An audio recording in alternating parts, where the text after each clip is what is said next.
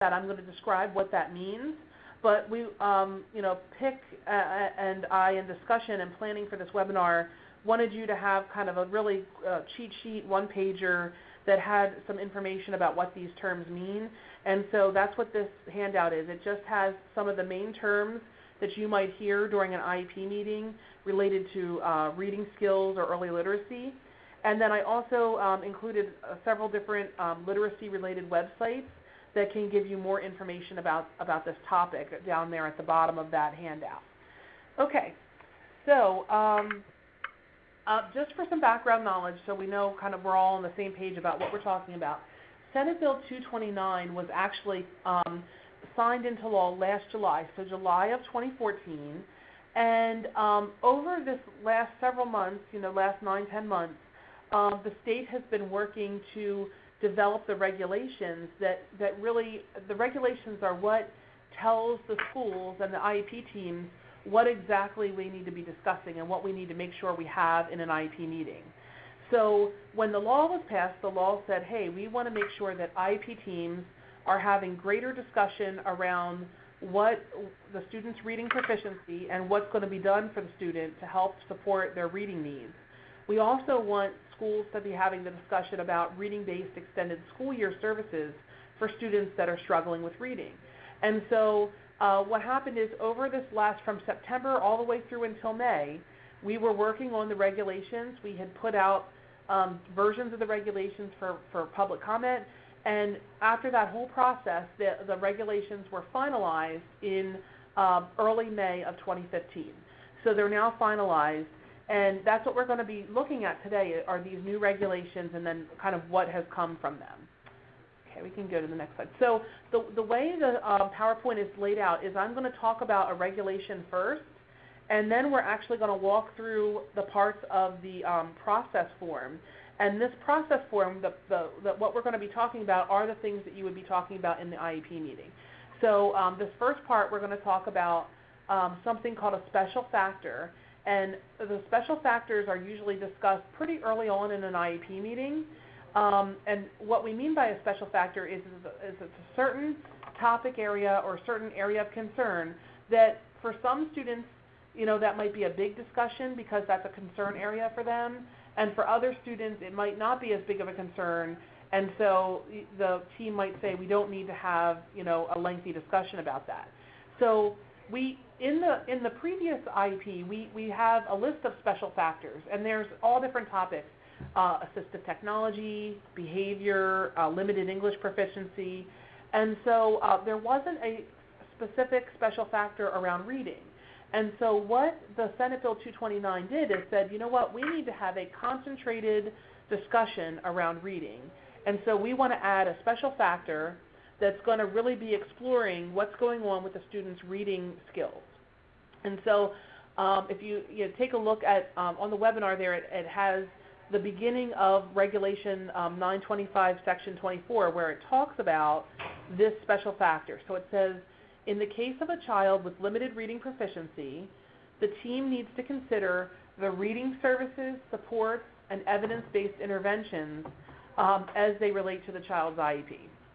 So what we mean here is for any child that is struggling with reading, no matter what area of reading, there's lots of parts of reading, from decoding actual words to comprehending what the student is reading. And so no matter what the student is struggling with reading, this special factor is saying we need to be having a discussion about that during the IEP meeting. And we're going to talk about what's going on with the student's reading skills, but we also need to really talk about what services and supports and evidence-based interventions are going to be provided to the child. Okay, so that's the first part of that regulation. The regulation goes on and gets really specific. It says for a child who is not beginning to read by age 7 or who's beyond age 7 is not beginning to read, the team has to enumerate or identify the specific evidence-based interventions that are going to be provided for the child, right? So a lot of times teams previously may have a discussion about reading and they say, yeah, the student's struggling with reading, but maybe they didn't identify in the IEP what they were going to do about that. Maybe they were concerned and maybe they put some accommodations like, reading with a peer or having read aloud or something, but they didn't actually get specific about the types of interventions that they were going to provide for the child, right? So what this is saying is we have we have to consider what's going on with the student, and then we have to get specific about what we're going to do about that, okay? So now that we've read over that regulation, we're going to actually walk through the process that what we would be doing in the IEP meeting to get to this.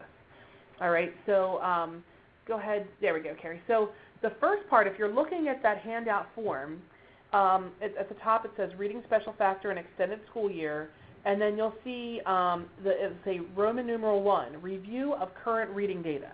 So where we always want to start, when you're meeting with your IEP team, we want to make sure that we're coming, school staff should be coming with data, with information about how the student is currently doing in reading. So this is the very first place we want to start is what information do we have from, stuff the student's been doing in school. As the parent or family, you may have information about what you're seeing at home when the child's trying to, if your child's trying to read something at home and you see the things they're struggling with, that's all data. That's all good information that the IEP team needs to have. So those are the kinds of observations you want to be coming to the IEP team with and saying, I noticed when my child is reading this, they're really getting stuck. And then, they might reread things many times and then they just stop reading because they're so frustrated. That's good information for the team to have. And so you might have teachers bringing information from different assessments that the child has taken in the classroom, from, curriculum-based measures that are based on the things that they're doing every day. Maybe the school psychologist also has information about the student's reading abilities based on assessments that they did with the child.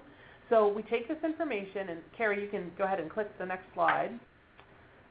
There we go. And so this is an example of the form filled out. So if you haven't seen the form, on the form it has section 1, Review of Current Reading Data, and it's asking them to list the different assessments they've been looking at, and then the measurement. So we have different assessments here.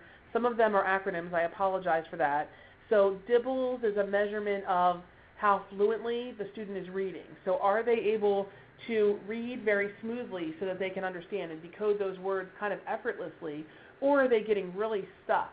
So this student, there's a measurement about that, and so it says 80 oral reading fluency measure, and that really is well below where the student should be. So I'll tell you, this example student is in 5th grade, and so for a student in 5th grade, that we would expect them to be reading much more fluently. Scholastic phonics inventory, so phonics has to do with letter sound identification. When the student sees the letter A, do they know the different types of sounds that letter makes, and are they able to apply those sounds when they're reading words, right? So for scholastic phonics inventory, this student is only able to recognize 5 out of 20 consonant sounds, so that's a concern. They're in 5th grade and they're really struggling with identifying consonants. Sight words, so this is like, is the student able to look at a certain word and read it really automatically because they know those sight words effortlessly. So again, the student is really struggling. It says 7 out of 25 pre-primer words. Pre-primer is really early on, kindergarten or even, prior to that, words that we're expecting students to identify. And then SRI, that stands for Scholastic Reading Inventory. So this is really taking an inventory of everything with reading with the student. How are they doing? And it gives a certain lexile level, which says kind of what grade level we expect the student to be at. So the bottom line is for this example student, they are really behind compared to where we would expect a 5th grader to be. In your IEP team discussion, you may have different measurements, but the bottom line is you want to be asking about that. If the team is coming to the table and saying the student's struggling with reading, how do we know they're struggling with reading? What kind of data do we have?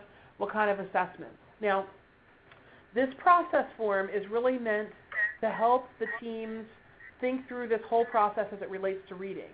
But I will tell you that many of these things are already embedded in the IEP. So within an IEP, there's a section called Data Considerations, and in that section,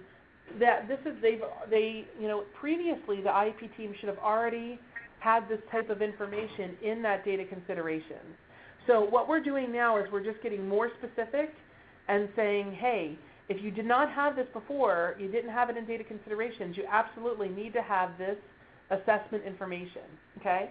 So once we have that assessment information, you have a discussion about it, the next logical step is to then really say, okay, let's figure out what needs the child has specifically related to reading proficiency, right? So sometimes a team will say, well, they're really just struggling with reading. But that's very general. You know, when you say they're struggling with reading, are they struggling with phonics? Are they struggling with comprehension? Are they struggling with decoding words? There can be a lot of parts of reading. And so what we're asking the team to do here is to say, all right, based on all this data that we've discussed, let's identify the specific needs so that we know what we need to do for the child. So on the next slide, there's actually an example for our student here, our 5th grader. And based on the data, we said that the student is struggling with phonemic awareness or phoneme awareness. That's where identifying those sounds. So what sound does the C make? What sound does the letter H make? The sound identification. Beyond that, you know, once students know how to, you know, that the letter A makes the ah sound, they have to be able to use that information to decode words. So the student's also struggling with that. So when they see the word hat, H-A-T, they're struggling with what those letters, the sound those make, and then also how that blends together to make a word, how they decode that. The student's struggling with sight words, also with fluency. Now, you can imagine there could be even other things here. So maybe your child is struggling with comprehension, so maybe they're able to read everything, but then they're not understanding what that means, well, you know, or what they're not able to answer questions about the reading. That could be another area. Comprehension, this student does not have that on here, but that's certainly something that we see for many students that are struggling readers, okay? So the team is going to have the discussion, and they would identify for, you know, with your input, what do you think are the areas that the child is struggling in, okay? So we'll go to the next area. So this area, I think, is probably the most challenging area. So right at this point, we've looked at the data, we've honed in and identified specific needs. Now we're saying, okay, what are we going to be actually doing for the child? So this little planning box here, and on the left-hand side, the column says skill. So we're saying, what skill are we going to focus on? So maybe the skill is that, you know, sound identification. And then what are we going to actually do about that? What type of instructional strategy are we going to use to teach the student? What type of intervention are we going to provide? So there's many things that could go here. There's a lot of different evidence-based interventions. We'll look at some examples in just a second. But I think what sometimes gets confusing here is what should go in, what should we be really talking about? And sometimes people jump to some type of off-the-shelf program. Like I heard that Read 180 is a good program, right? And that's something that we can purchase, right? But what we're really asking the teams to do here is to identify what actual strategies are used within Read 180 or within whatever program that is going to help the student with the skill, right? So it's not necessarily that program Read 180. It's the fact that within Read 180 they have small group phonics instruction where they're actually, you know, doing the phonics instruction during that program. So what we need to identify is that actual strategy of what's happening. So when the teams discuss this, you know, when the staff are suggesting strategies or interventions, you may not hear them name like off-the-shelf programs. What you want them to do is to describe what the strategy is that they're going to use. So don't just tell me that you purchased Read 180, but I want to know what is it about Read 180? What are the strategies that you're doing? What does that look like? That's what we want here, because the issue is you know, say a year from now, you and your family moves to another location, and all it says here is Read 180. That's not going to tell the new school very much if they're not familiar with that program. So what we want to stress here is that we want the school team, the IEP team, to be able to describe what the strategy or intervention is. not just naming off-the-shelf products, right? Because that doesn't really get us as much information as we want. The next thing you'll see to the right of that is format. So how is this going to be delivered? Is it through tutoring? Is it through a small group session? Is it whole group with the whole class? Frequency, how often is the student going to receive this intervention? And then the duration, how long will the intervention occur? And then you'll see to the right of that, there's planning boxes. So is this something that's previously been tried with the student, something that's currently used, something that's new? And then you can plan for, what's going on. Is the student making progress, not making progress, etc. So we can go ahead, we can look at the example. And you can see this student, fifth grader, has a lot of stuff going on. So for sound identification, the skill, the team said, okay, there's two different strategies we're looking at. One is systematic phonics instruction, and the student has been currently doing that. They're making progress, so this is something that they would want to keep. You can see that they're doing this one-on-one with the student. So this is like a one-on-one tutoring 3 times a week for 20 minutes, all right? The next one, sound identification, this is another evidence-based intervention, symbol imagery. That's a type of intervention. But you can see if you go all the way over to the right, this was something that was previously tried with the student. They weren't really making progress. So when we're thinking about what we want to continue in the IEP, we know that this is something this is probably not an intervention that's really working well for the student. So we're probably not going to be continuing that on. I'm not going to read through all of these, but you can see the different kinds of things that could be here. So there's different things around reading fluency, even color coding of sounds and segments to help with decoding. And if you look at the frequency and duration, these types of interventions are not always every day. It might be 2 or 3 times a week. And the duration could really fluctuate. You could have some interventions that are 5 minutes that are like a pre-teaching where the teacher works with the student for 5 to 10 minutes before they go into an activity, and that's the intervention. Or you could have an intervention that's longer, that's 20, 30 minutes of concentrated time on that intervention. A lot of times people will ask, we'll get questions from families about, well, who would do these interventions? It could be a lot of different people. It could be a reading specialist, could be the general ed teacher that has knowledge around these reading interventions, the special educator. For some of these interventions, paraeducators are even trained on how to deliver these interventions, and they might be doing them with the child. So it could be a lot of different staff that may actually be doing these interventions with the child. What we're really looking at here is the description of the strategy, the format, frequency, and duration. And then this information, as the team is planning it out, once we get to the goal pages, this is going to fit really nicely on the goal page. There's a section of the goal page called Services, Aids, and Modifications. And so this information would then plug in right there as we're planning for the goal. All right, so if we go to the next part, this is probably something you're very familiar with, and I'm sure a lot of you have had discussions in your IEP meeting around accommodations for reading. So we have a prompt here for the team to, again, based on the student's needs that you've identified from their data, what accommodations are we going to provide for the child? And this could be a lot of different types of things. It could be something you can see here, consider low-tech print access supports. So what those are, it has examples, print isolators or masks. What that means is something that actually is covering up the page for a student so that they can concentrate just on the line that they're reading. For some students, it could be covering up pictures or tables that might be distracting to them so that they can focus on reading the text.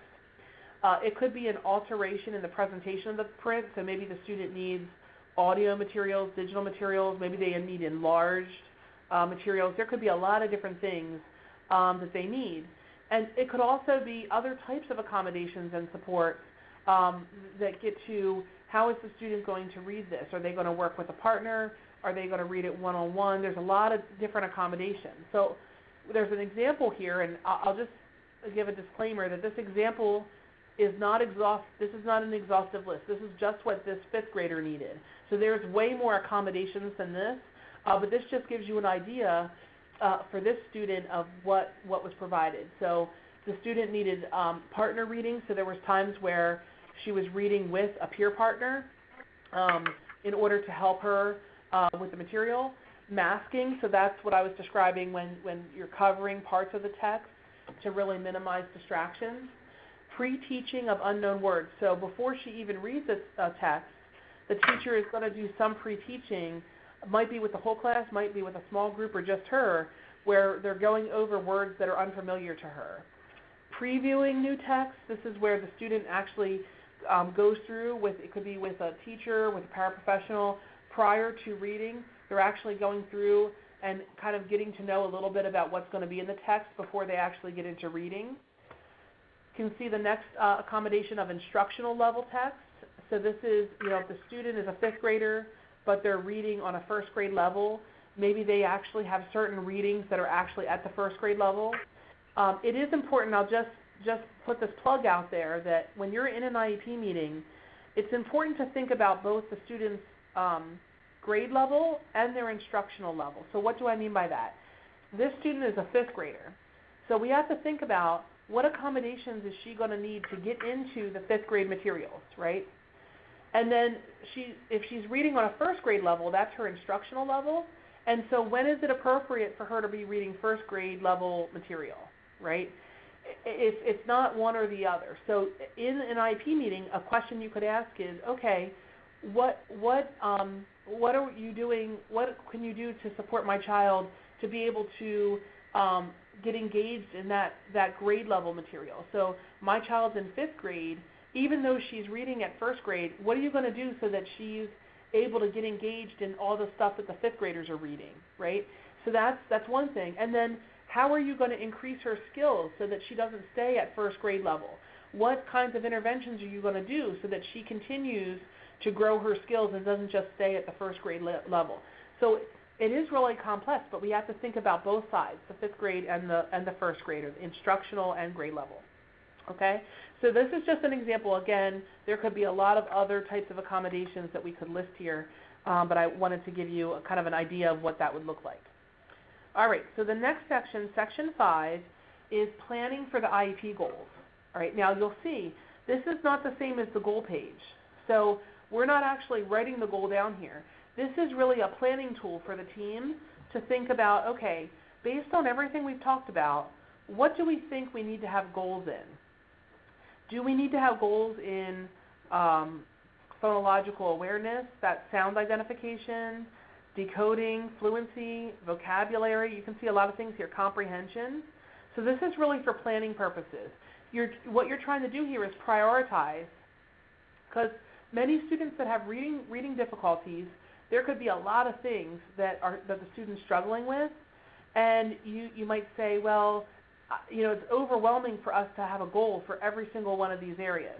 So you want to think about what are the priorities right now for your child, as the team discusses, what do you think are really the most pressing things we want to focus on? All right, so if we look at this planning sheet for our example student, you can see she does have a lot of goal areas. There we go. Okay, so there's 5 different things there checked off for goals. Now some of them you can see that they're discontinuing. So fluency, she previously had a goal for that, and they discontinued it, and they are adding a comprehension goal for her. And then you can see that for other goals they're revising. So this student does have several goals. I mean, she's going to have 4 goals related to reading. I will tell you that is an awful lot. A lot of students, when they have reading needs, might have 1 or 2 goals. But I think that that's a decision you make with the IEP team. As you're discussing all of the needs, you can decide what do you feel like is the priority this year for my child. And do we need to have more than 1 or 2 goals? Do we really need to make this a focus area, or do we need to balance this out with other areas that we need to have goals for? So again, this is really planning. You don't see the goal written here. You'll in the IEP discussion, you're going to get to that on the goal page. But the reason why we're discussing this here is because we have to kind of know what are the priority areas for the student. That's going to help us to make a decision about reading-based ESY. So if you're following along with the form, it's on the back page, the second page of the handout, you'll see at the top it says number 6, reading-based extended school year. Now, This does become a little confusing because typically when we talk about extended school year services, that typically is a discussion that happens toward the very end of the IEP meeting. For this regulation, it's written as something that's really considered much earlier. So the reason why this is coming up much more quickly than waiting until the end of the IEP is because we want the team, as the team is discussing all of this data and information, we want the team to really think about, as you're discussing that, would this be a student that would qualify for reading-based extended school year? Now, up until now, we've been talking about a huge umbrella of students, any student that has any difficulties with reading. Reading-based extended school year is more specific than that, right? So up until now, if the student has had any challenges with reading, we've been using this planning tool. When we get to this part, we're really honing in on students that are having trouble with phonological awareness and decoding. So these are the students that when they go to, think about if your child is trying to read and they're really struggling with sounding out words, they're not sure of the letter sounds, they have trouble decoding the words. This is the group of students that we're talking about for reading-based extended school year services. So you can see here it says, has the student met the criteria? Is the student age 7 or above? Okay, because a student who's younger than age 7, they still are developing these skills, right? We don't want to say, okay, that there's still time where they would be developing them naturally, and they're still young. Once students get to 7 and above, we're starting to say, wow, if they don't have the skills yet for decoding, if they're really struggling with that, they're going to start falling really behind in their education. And so that's why we want to then really intervene early. For students that are younger than that, they might be having interventions during the school year, but we're saying, okay, they're not at the level at that point if they're only 5 or 6 of having extended school year services. Once they reach age 7 or above, we really need to do something beyond just the regular school year, okay? And so the student would be eligible if they are age 7 or above, if they're struggling with phonological awareness and decoding, they would meet the criteria for reading-based extended school year services, all right? So we can see, for our example student, this 5th grader, she's above age 7, she's almost 10 years old. She's really struggling with phonological awareness, and she's having trouble with decoding. You saw in her example data, she really was struggling in those areas. So she would be a student that would be eligible for reading-based extended school year. Now, before we go further, I want to kind of clarify what extended school year is. I know sometimes there's questions about what that actually means. So in general, extended school year can be many different things. Extended school year can be, I think people traditionally think of like a summer program. So it could be a summer program, which is actually at a school, or it might not be an actual summer program. It could be tutoring or just meeting with teachers through the summer, but not actually going to a school-based program. Extended school year also might be outside of the summertime. So some students have challenges where they need extended school year services that are an extension of their school day. So the extended school year, I just want to point out that a lot of people traditionally think about it being in the summer, but it could be during the school year an extension of the day. It could be in the summer, but it could be a school-based program, or it could be tutoring or some other type of programming to meet the student's particular needs, okay? So when we talk about this new regulation for reading-based extended school year services, this is a Delaware-specific regulation, all right? This is something that we're adding for our state. This is different. If you've attended an IEP meeting before and you've had a discussion about extended school year, there's several different things that are discussed for extended school year, like is the student regressing during the summer? So are they losing a lot of the information that they learned?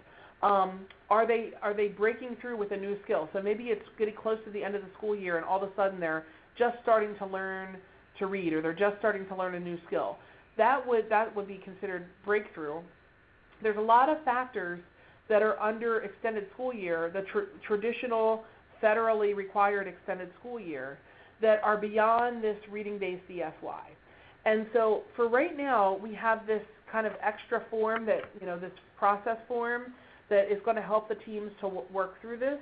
Eventually, this actually will become part of the actual IEP document. So what you'll see over the next year is that we're going to be adding in the back of the IEP, right now there's an extended school year box, and it talks about all the federal requirements for extended school year.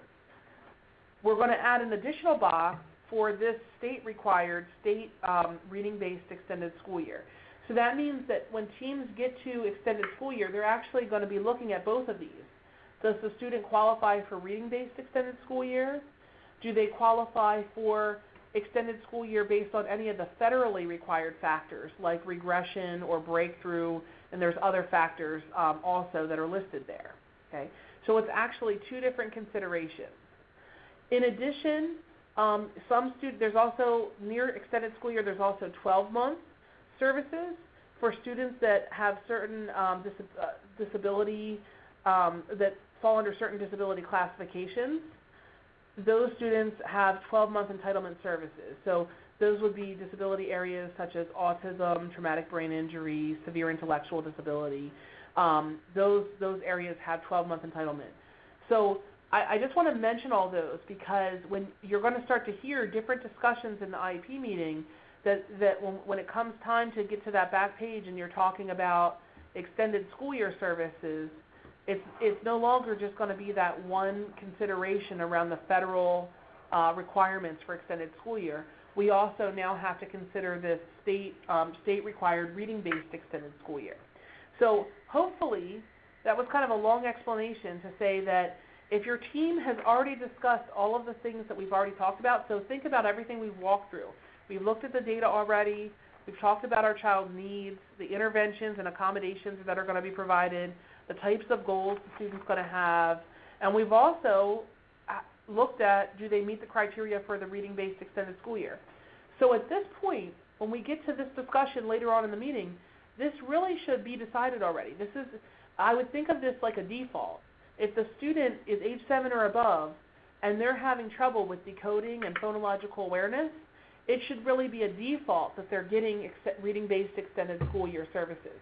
So you can see, I'm not going to read through this entire regulation language that's up here on the PowerPoint, but I want to point out a couple things. You'll see there's some wording there that says that the team shall presumptively include extended school year services.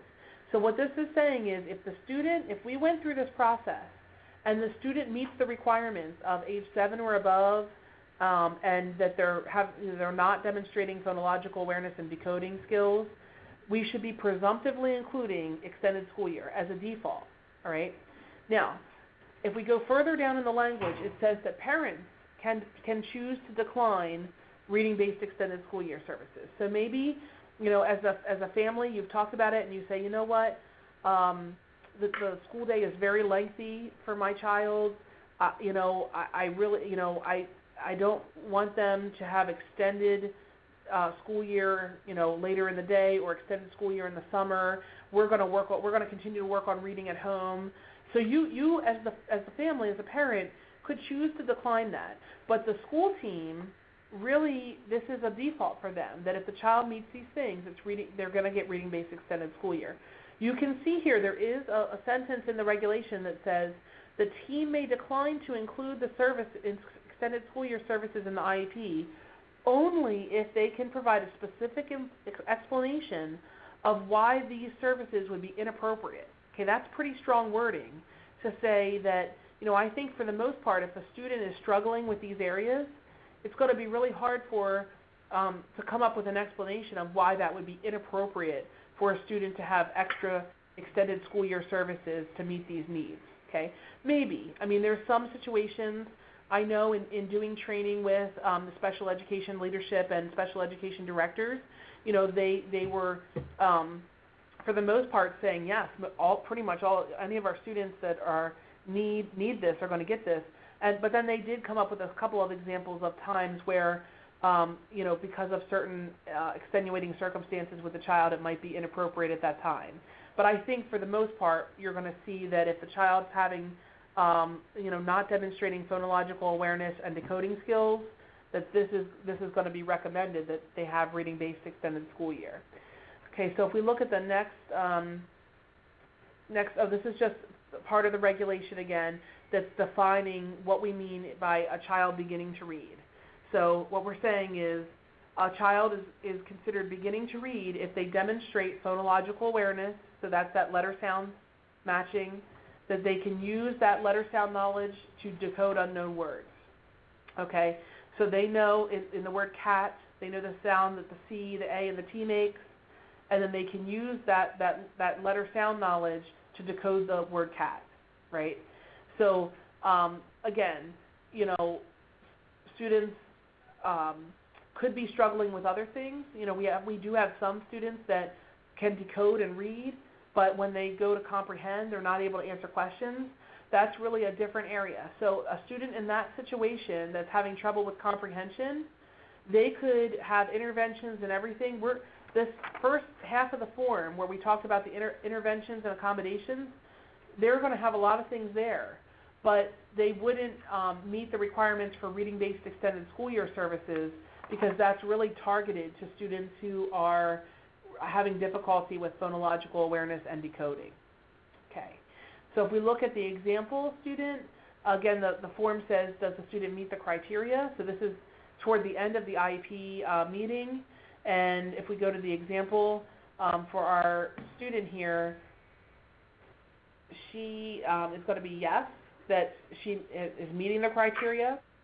Once we say that the student meets criteria, toward the end of the IEP, you would have a discussion about, okay, for reading-based extended school year, what goals are we going to focus on? So if you remember, this example student had 4 or 5 goals, okay?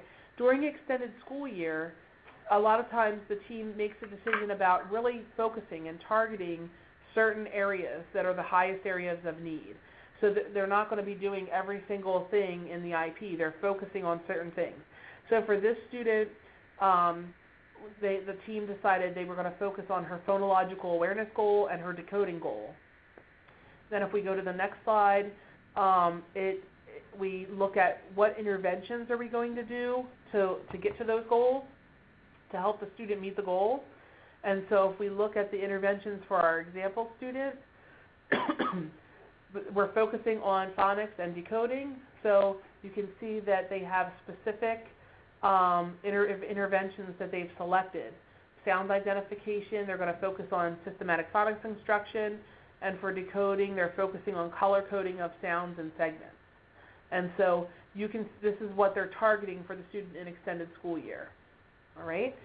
And then the last piece is any declining. So if the team discusses this and the parent, as a parent you say, no, I understand, but I really don't think that I want this for my child at this time, you can decline the services. And then the next piece is the team could decline, but if they choose to decline, they have to provide a specific rationale of why they're saying this is inappropriate for the child. Okay? So this is just a reminder, when we do this training, we always want to focus on that this is, the spirit of this law, the intention of Senate Bill 229 is that reading-based extended school year services are a default for students that are struggling with decoding and phonological awareness, right? So, this is why we have this wording of presumptively include extended school year services in the IEP. So for children that are struggling in these areas, we really want them to get reading-based extended school year services so that they can get that added intervention to help really bring them, bring up their skills in reading. All right. So we went through that's the whole form. I'm sorry to talk at you so much, but I wanted to make sure we got through all the parts of the process so you can see how really this is a team discussion about the needs and then really thinking through what are the interventions and supports that are necessary to help the student, and then all of that, planning that for any child who's struggling with reading, And then once we get to reading-based extended school year, we're focusing in on a specific group of students that are struggling with decoding and phonological awareness. So the PowerPoint kind of broke up the regulations, but that regulation handout gives you the full text of what the regulations say. Okay, so I think we have about 15 minutes, and we can... the conference has been unmuted. There we go. So you were just unmuted, and I'm happy to take any questions. I have a question. Yes, hi. This is Larry Peterson. If you would like to go back to slide 21, Sure. When it says that a parent may opt not to have this extended training, are we assuming that an ESP is replacing the word parent there? Yes. So it's whoever for a child that has an educational surrogate parent, that would be the person that would be making the decision. Okay. So the ESP could override a foster parent that disagreed and didn't want the service, but the ESP believed that the child does need it. Well, yeah, I think, ultimately the rights, the educational rights for a student that needs an educational surrogate parent, they have the rights to make those decisions. Now, hopefully there could be some, discussion and kind of consensus with the team, especially because it would affect the foster parent. Like if the student is going to have summer programming and the foster parent says, no, I really don't want that because that's going to be challenging in terms of our schedule and things for the summer, and then the ESP said, yes, I want them to have it. Ultimately, that would have to be figured out because, the school could end up being in a difficult position of programming for the child for the summer, but then maybe the foster parent doesn't send the child because they don't, there's some issue with the summer schedule. Okay. So, I think the black and white answer is yes, the educational surrogate parent has the right to make that decision and override the foster parent. But I would think that you would want to consider the summer schedule and whatever's going on with that foster family. Right. Thank you. You're welcome. Other questions?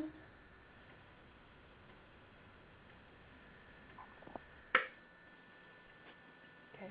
One of the things, I want to point out, because I maybe didn't do as great of a job as we went through, is those of you that have been to several IEP meetings, you might recognize that a lot of these things that are on this form are already things that are embedded within the IEP in different places.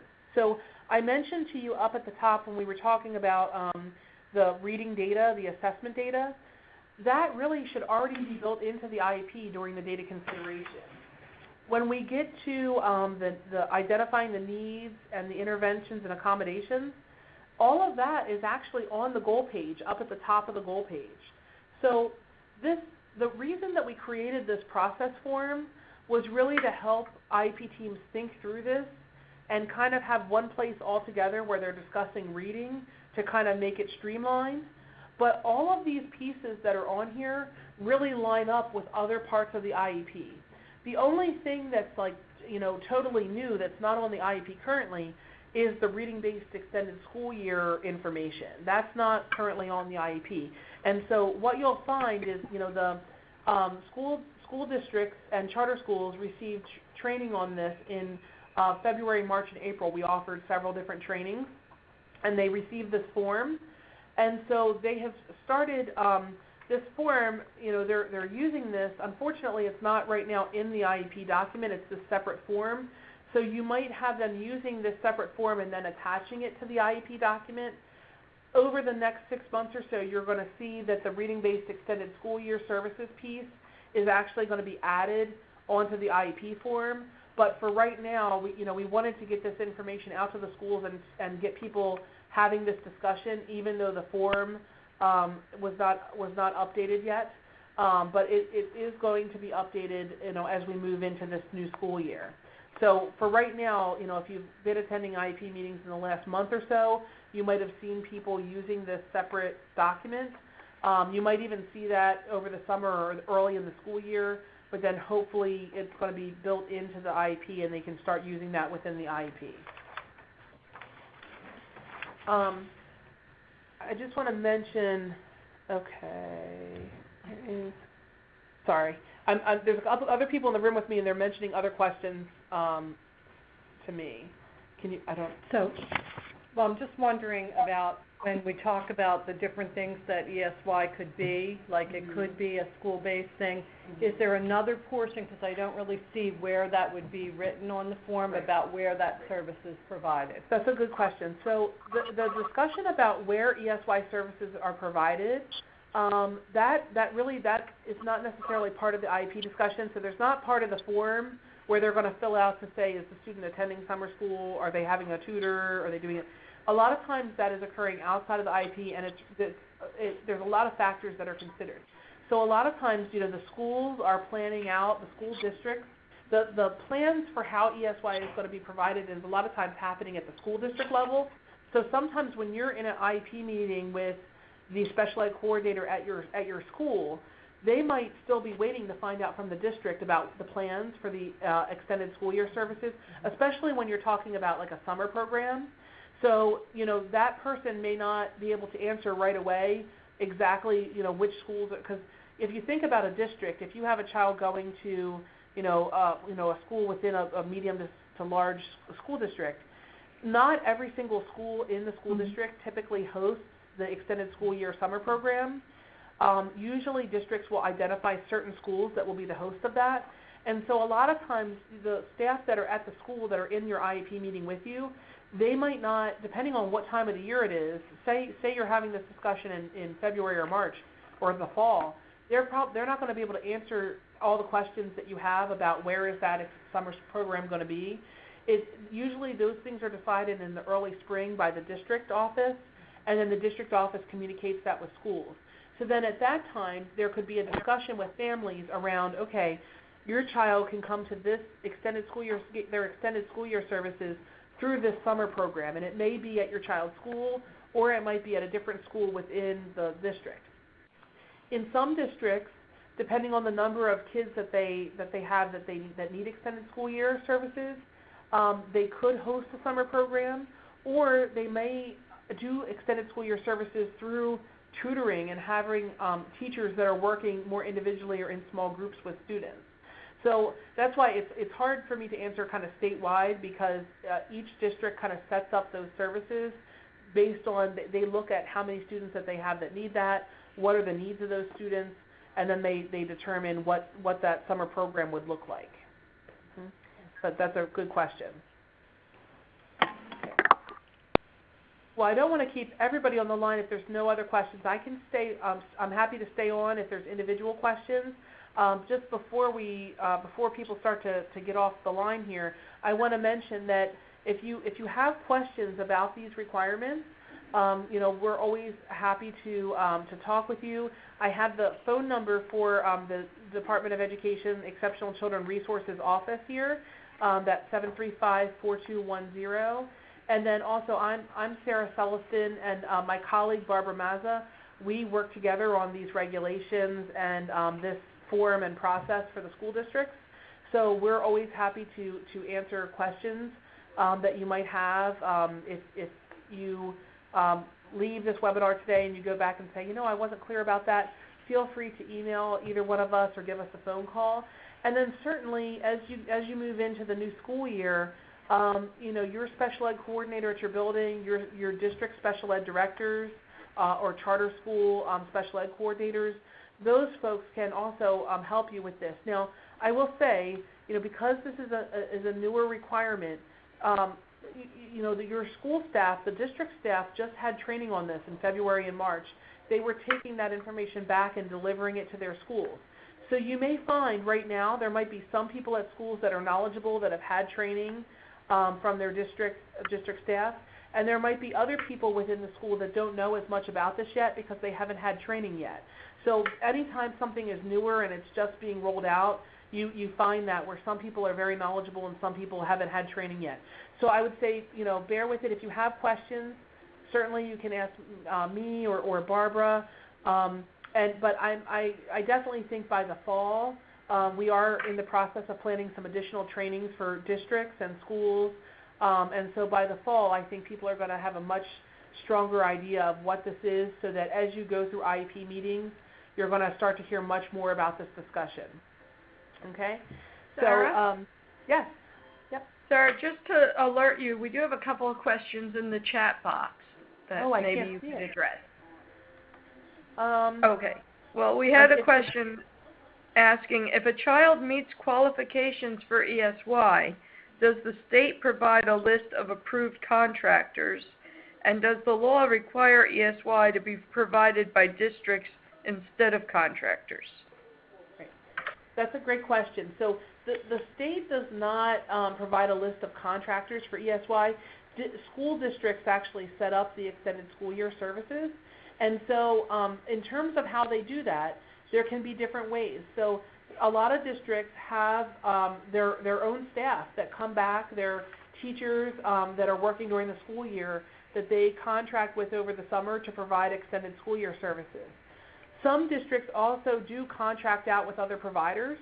So I know of some districts that actually contract with different tutoring services and things over the summer. So it really depends. That really would be a question for your district and your school in terms of how do they provide extended school year services. Do they do that through staff that are hired by the district, or do they do that by contracting out with tutoring services or something else? So I'm sorry I can't answer. I do know it's different. Different districts do different things. So I would want to ask that at your school or district level. And then, Carrie, if you can read the other question. I can't see any questions on my screen. I combined it. It was two questions from the same person, and you covered both questions with that. Okay, no problem.